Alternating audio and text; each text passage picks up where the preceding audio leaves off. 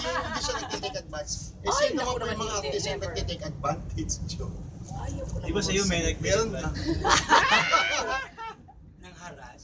Direct, what did you discover directing Jenny Lee for the first time? I'm not sure so direct the first time. Yun na nga po. Si Chen kasi hindi naman po ako magsisinungaling. Dahilan na rin ng marami akong trabaho at hindi ko napanood ang mga pelikula niya.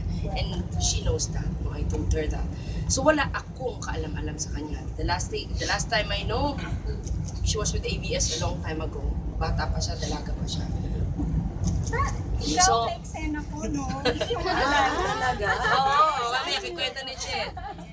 Tapos siyempre, tanong ako kay Dan na kumusta ba si Chen. Sabi niya, huli yan direct pero matagal mag-warm up. Parang sa kanya sinasabi niya, it took one film para mag-warm up for the next. Parang ganon. Ay ko, ganun ba? Malaki pa tatrabahuin ko dito. Diyos ko pala.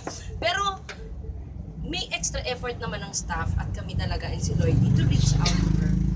To make her feel that she is welcome here. Dito naman sa atin, walang kapamilya, walang kaano, di ba? Artista ka namin, gumagawa tayong pelikula, pare-pareho lang tayo. Nag-Jenny din kasi, yung friendship namin ni Lloydie goes way back, di ba? Siya, dumarating bago eh. So meron siyang isang kaya ako, na alam ko, naiilang. So sana naging okay kami sa paningin ni Jenny Lim kung paano namin siya winelcome at gawing parte ng pelikulang to. Pero bilang artista, wala akong masasabi sa kanya.